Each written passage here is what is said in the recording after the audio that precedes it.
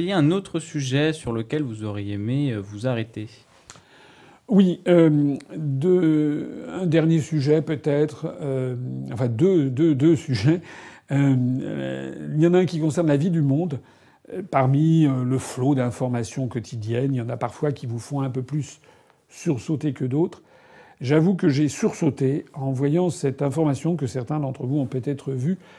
On a découvert mort sur une plage en Indonésie un cachalot qui était mort. Et lorsque les sauveteurs ont tiré la bête, qui était morte, donc ils l'ont ouverte, et ils ont découvert à l'intérieur qu'il y avait 6 kilos de matière plastique, notamment des centaines de gobelets en plastique, des tongs, je sais pas quoi. C'est tout juste qu'il n'y avait pas un parasol.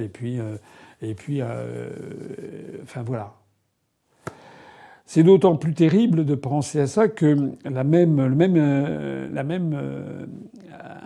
information sordide était venue cet été, je crois que c'est le mois de juin, d'Espagne, où c'était également un cachalot qui était mort sur une plage en Espagne, je crois, où on avait trouvé dans son ventre 29 kilos de matière plastique.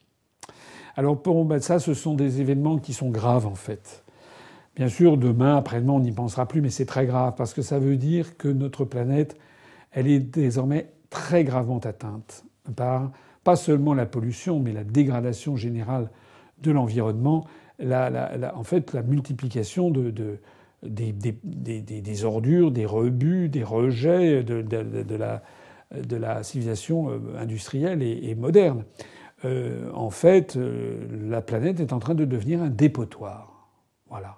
Et nos amis, les animaux, certains, en meurent dans des conditions de souffrance atroces. Alors je le dis parce que nous allons développer une réflexion dans les mois, les années qui viennent, sur ces questions environnementales qui, à juste titre, préoccupent de plus en plus les Français et l'humanité entière. Il faut absolument maintenant se saisir de cette affaire, de même qu'il faut se saisir de l'affaire de la diminution tendancielle des découvertes d'hydrocarbures. Le pic pétrolier a été franchi.